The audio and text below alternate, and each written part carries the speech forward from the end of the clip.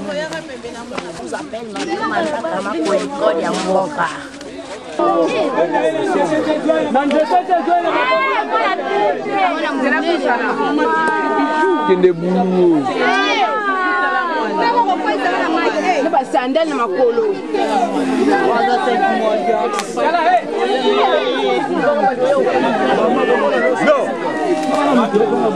Simba ile lamba wana.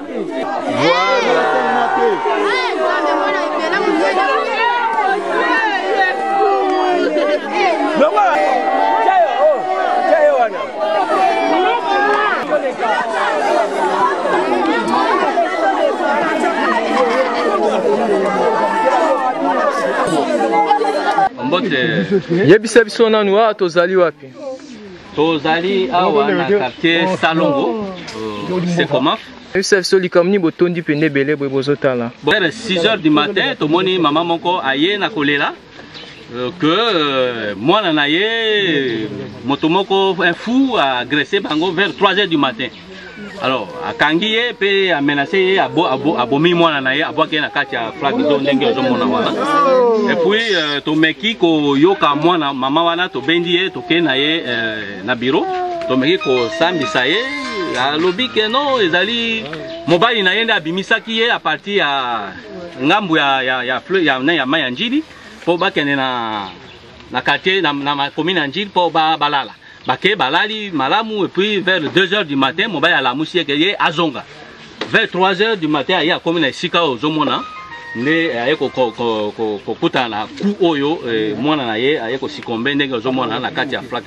Services spécialisés za pembeni ya biso ba chef de quartier pour na ko épauler biso. Ba preuve bango baza na connaissance belé en cette matière. Le gars il y a pas des indices sur place même na omona na miso. Il y a pas d'indice qui dit que moi on a moi sur na bundaki na motel. Bon moi puis avoir la maman comme ça et le gars l'ex ba beti na motel bon na ndoto ne date. Comment vous vous rendrez compte une femme tabassée par un fou azalata na pota na nzoto tuti.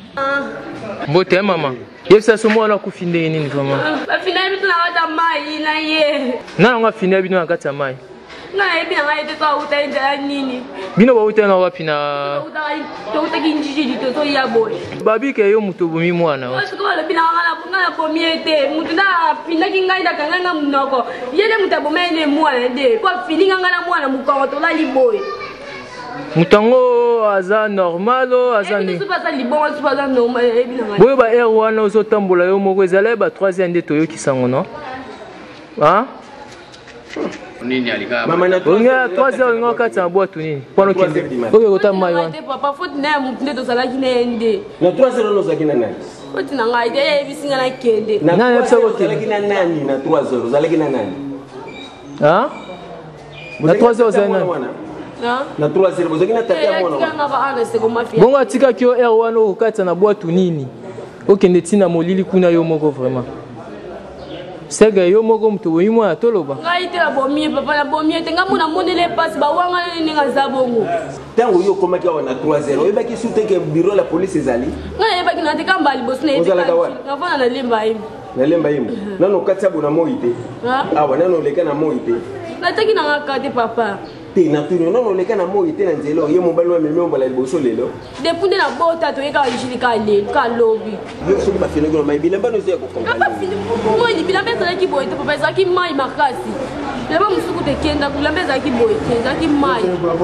Kwali. Traso wa beti. Kosa kwa nini ukosa? Lakini traso wa beti. Papa nini ukosa papa? Na ukosa. Tika na ngelamba no batela ta. Eloko zo like samu ke ba beti ke na mutu afu. We place zo like ba beti ke na mutu afu. Longola boy. Longola ko na ye. Kwanza na cicatrice. Muye mbomi mwana na ye. Akosa mtaliboma. Mtaliboma ni ngoko mwana. Ye mama tala normal. Ko sa clash. Peso e bondel bo. No bomi mwana na ye. Nana sepete na act wana. Mama mo ko sa ki ko sala bo. Obomi mwana zo lela pe. Ote aza demo. Moi ça boy faut pas akene prison. Angenga kendo kaka bulu ye. Vous appelle maman ko ya mboka.